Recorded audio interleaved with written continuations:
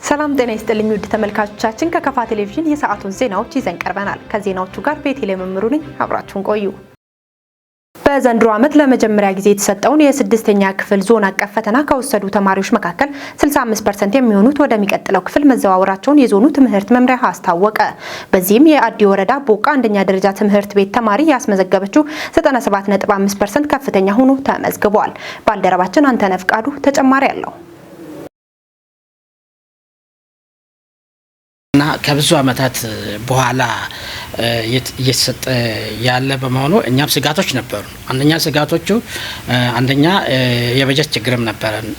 ሌላ ደግሞ የተማሪ ገና ጨቅላ መሆንም ችግር ነበረብን። ይሄን ሁሉ ተቋቁሞ ዞን አስተዳደር፣ ወረዳ ትምህርት ቤት መምህራን፣ የዞን ባለሙያዎች በሰጡት ድጋፍ ፈተና በሚገባ ሁኔታ ተጠናክሮ እየመጣ መሆኑን ነው ያረጋገጥነው።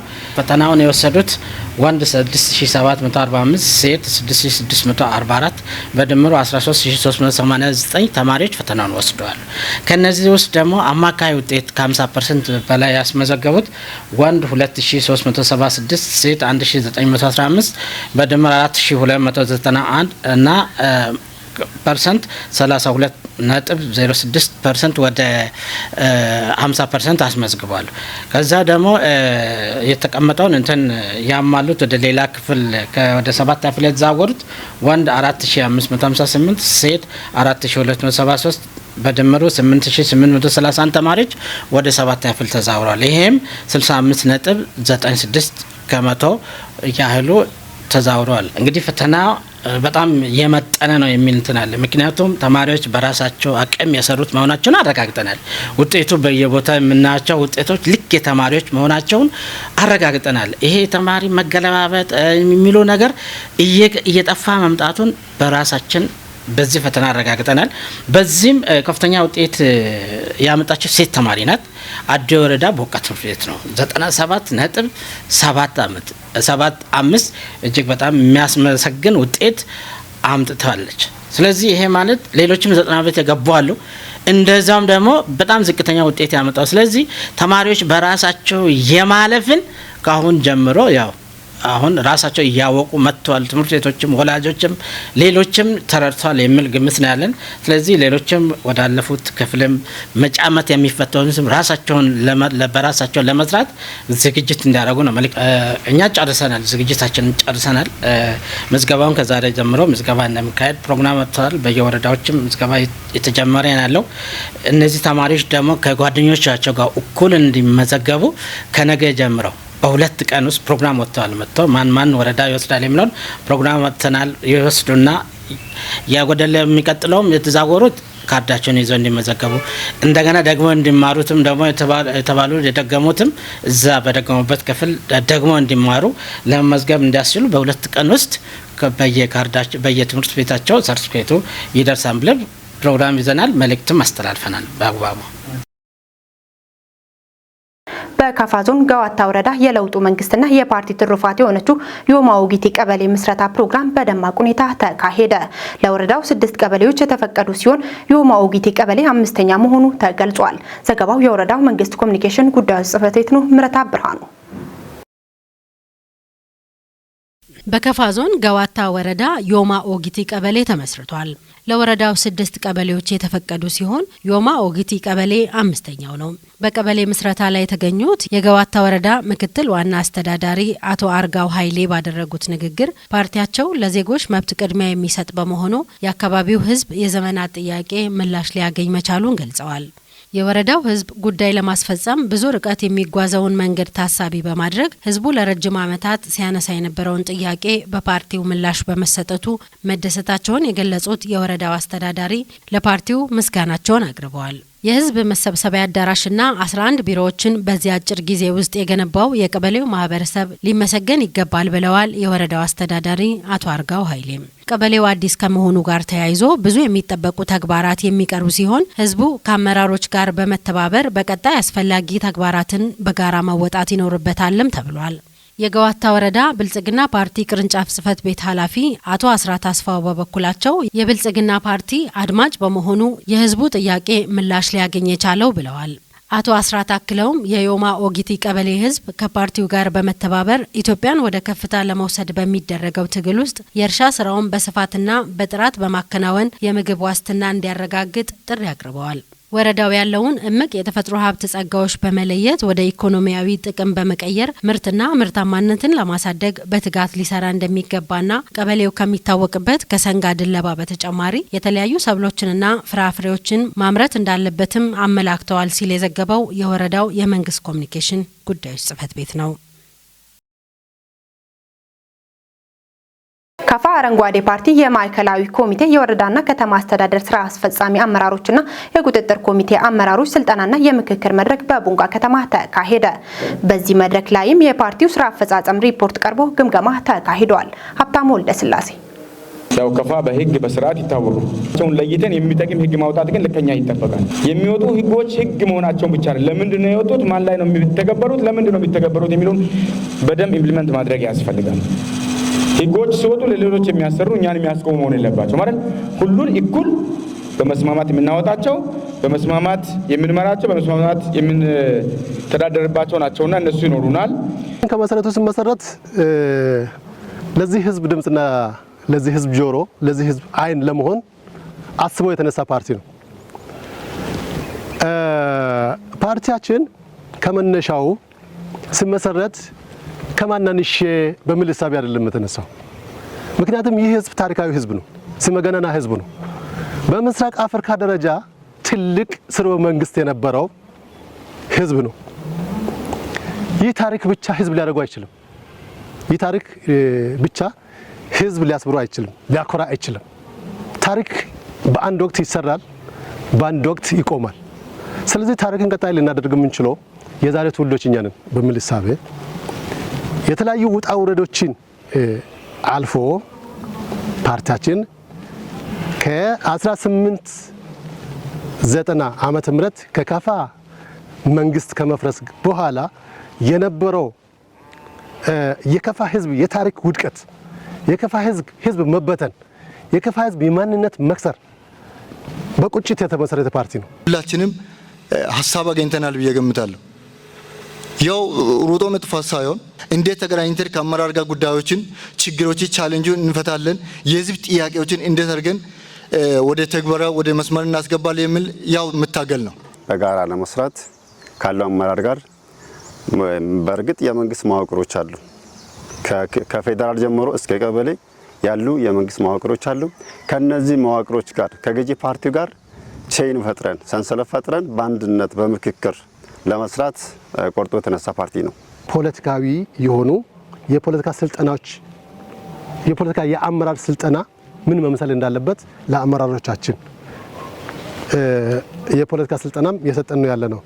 ስርዓት ያለው ህገ ደንብም ስልጠና የሰጠን ነው ያለ ነው። የፓርቲያችን ህገ ደንብ የፓርቲያችን ፕሮግራም ህዝባችን ውስጥ እንዲገባ ፓርቲው ምን ይዞ ተነሳ፣ ፓርቲው ለካፋ ህዝብ ምን ይዟል፣ ምን ሀሳብ ይዟል ለምለን ስልጠና ዛሬ እየተሰጠ ነው ያለው። ስለዚህ ዛሬ ስልጠና የወሰዱ የዞናችን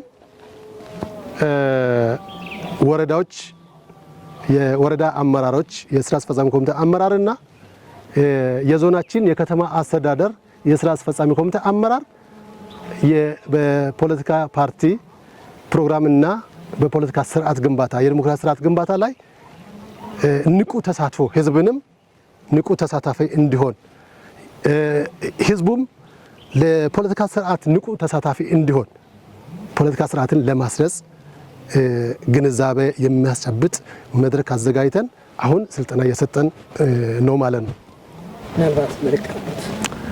እንግዲህ ይህንን እድል ስለሰጣችሁን እጅግ አድርጌ አመሰግናለሁ።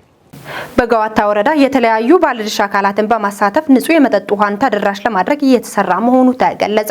በ2016 በጀት ዓመት በጋዋ መቻና በሹፓ ዳራ ቀበሌዎች በወረዳው መንግስትና በህብረተሰብ ተሳትፎ እንዲሁም መንግስታዊ ባልሆነ ድርጅት ትብብር 2 የውሃ ፕሮጀክቶች ማጠናቀቃቸውን ተናግረዋል። ዘገባው የወረዳው መንግስት ኮሚኒኬሽን ጉዳዮች ጽህፈት ቤት ነው። ተጨማሪውን ተከታትለን እንመለስ።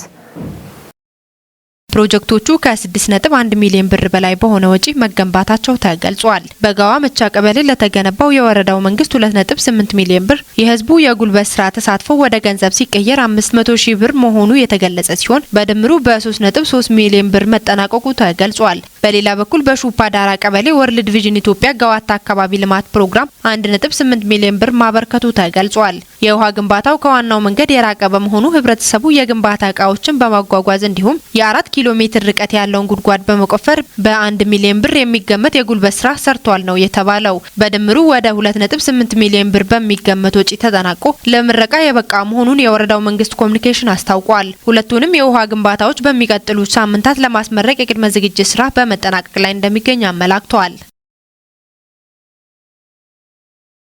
በሀገራዊ ምክክር ላይ ወጣቶች ንቁ ተሳታፊ በመሆን ሚናቸውን መወጣት እንዳለባቸው የከፋ ዞን አዲ ወረዳ ወጣቶች ተናገሩ።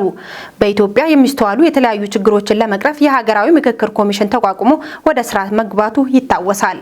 ታምራት ኃይሌ ከደቡብ ራዲዮና ቴሌቪዥን ድርጅት ቦንጋ ቅርንጫፍ የተገኘው ዘገባ ያቀርበዋል። በዚህ ጉዳይ ላይ ሀሳባቸውን ካጋሩት ከካካ ከተማ ወጣቶች ውስጥ ፍቅረ ስላሴ አጎናፍር፣ በረከት ባህሩና አስቀረኝ ባህሩ በሀገራዊ ምክክር ላይ ወጣቶች ንቁ ተሳታፊ በመሆን ሚናቸውን እንዲወጡ ጠይቀዋል። ኢትዮጵያን እንደ ሀገር ለማስቀጠል የሁሉም ተሳትፎ እንደሚያስፈልግም አስረድተዋል። ዘላቂ ሰላምን ለማስፈንና አንድነትን ለማጠናከር ለሚደረጉ እንቅስቃሴዎች ወጣቶች ተሳታፊ እንዲሆኑም አስገንዝበዋል። ምክክሩ በየደረጃው እስከ ታችኛው መዋቅር ደርሶ ተግባራዊ የሚደረግ ከሆነ የሚስተዋሉ ችግሮች ተፈተው ሀገራዊ አንድነትና ሰላም ይሰፍናል ብለው እንደሚያምኑም ተናግረዋል። ወጣቶች ለሀገር ልማት መሳሪያ የመሆን አቅማቸው ከፍተኛ በመሆኑ ሀገራዊ ምክክሩ ላይ በመሳተፍ በጎ ተጽዕኖ ማሳደር እንዳለባቸውም ገልጸዋል። በሀገር ደረጃ በሁሉም ማህበራዊ መሰረት የሚገኙ ዜጎችን ባሳተፈ መልኩ የአጀንዳ ልየታ ስራ ተጠናክሮ መቀጠሉም የሚታወስ ነው። በጠሎ ወረዳ የ2017 የትምህርት ዘመን ምዝገባ ተጀመረ። የጠሎ ወረዳ ዋና አስተዳዳሪ አቶ አተርሴ ሸታቹና ሌሎች የስራ ኃላፊዎች በሾበኒ አንደኛ ደረጃ ትምህርት ቤት ተገኝተው ምዝገባውን አስጀምረዋል። ምዝገባው በተሰጠው የጊዜ ሰሌዳ እንዲጠናቀቅና መደበኛ የመማር ማስተማር ስራ እንዲጀምር የትምህርት አመራሮችና የተማሪ ወላጆች የበኩላቸውን ድርሻ መወጣት እንዳለባቸው አቶ አተርሴ ሸታቸው ገልጸዋል። የተማሪዎች ምዝገባ ከቅድመ መደበኛ ጀምሮ እስከ 12ኛ ክፍል ድረስ በወረዳው በሚገኙ ሁሉም ትምህርት ቤቶች መጀመሩ ተገልጿል። ዘገባው የወረዳው መንግስት ኮሚኒኬሽን ጉዳዮች ጽህፈት ቤት ነው። ከውጭ ሄዝቦላ የወታደራዊ አዛዡን ግድያ ለመቀበል በእስራኤል ላይ ሚሳኤል አዘነበ።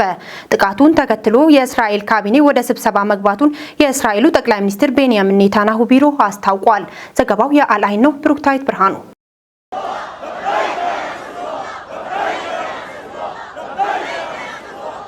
የሄዝቦላ ወታደራዊ አዛዥንና የሐማስ ፖለቲካዊ መሪን ግድያ ተከትሎ በመካከለኛው ምስራቅ ከመቼውም ጊዜ የበለጠ ውጥረት ተፈጥሯል። ሄዝቦላ የወታደራዊ አዛዡን ግድያ ለመቀበል መጠነ ሰፊ የሚሳኤል ጥቃት ማድረሱን አስታውቋል። ሄዝቦላ ባለፈው ወር በቤይሩት በከፍተኛ ወታደራዊ አዛዡ ላይ የተፈጸመውን ግድያ ለመቀበል በእስራኤል ላይ በመቶዎች የሚቆጠሩ ሮኬቶችና ድሮኖች መተኮሱን በኢራን የሚደገፈው ቡድን ገልጿል። ሄዝቦላ ጥቃት መፈጸሙን ያስታወቀው የእስራኤል ካቢኔ ለጥቃቱ ምላሽ ለመስጠት ስብሰባ እያደረገ ባለበት ወቅት ነው። የእስራኤል ጦር ሄዝቦላ ጥቃት ለመሰንዘር እየተዘጋጀ መሆኑን ስለደረሰበት ሄዝቦላ ጥቃት ከመሰንዘሩ በፊት የእስራኤል ጄቶች ሊባኖስ ውስጥ ዓላማቸውን መጥተዋል ብለዋል። ሄዝቦላ 320 ካቲዩሻ ሮኬቶችን ወደ እስራኤል ማስወንጨፉንና 12 ወታደራዊ ኢላማዎችን መምታቱን ገልጿል። ለወታደራዊ አዛዥ ፉአድ ሽኩር ግድያ የሚሰጠውን የመጀመሪያውን ምዕራፍ ምላሽ ማጠናቀቁን የገለጹት ቡድኑ ሙሉ ምላሽ ለመስጠት ጊዜ ይፈጃል ብለዋል። ጥቃቱን ተከትሎ የእስራኤል ካቢኔ ወደ ስብሰባ መግባቱን የእስራኤሉ ጠቅላይ ሚኒስትር ቤንያሚን ኔታንያሁ ቢሮ አስታውቋል።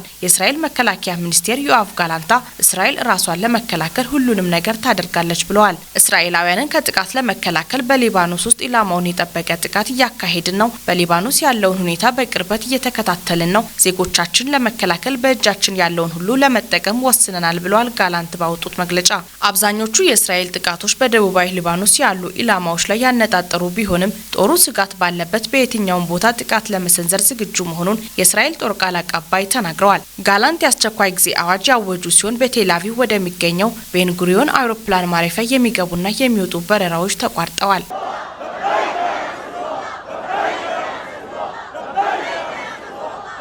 በስዊዘርላንድ በተካሄደው በሉዛን ዳይመንድ ሊግ በ1500 ሴቶች በ3000 ሜትር ወንዶችና በ3000 ሜትር ወንዶች መሰናክል ውድድር ኢትዮጵያውያን አትሌቶች አሸንፈዋል። አትሌት ድርቤ ወልተጂ 1500 የሴቶች ውድድርን ቀዳሚ ሆና በመግባት ስታሸንፍ ፍሮዌን ኃይሉ ሁለተኛ ደረጃን ይዛ አጠናቃለች።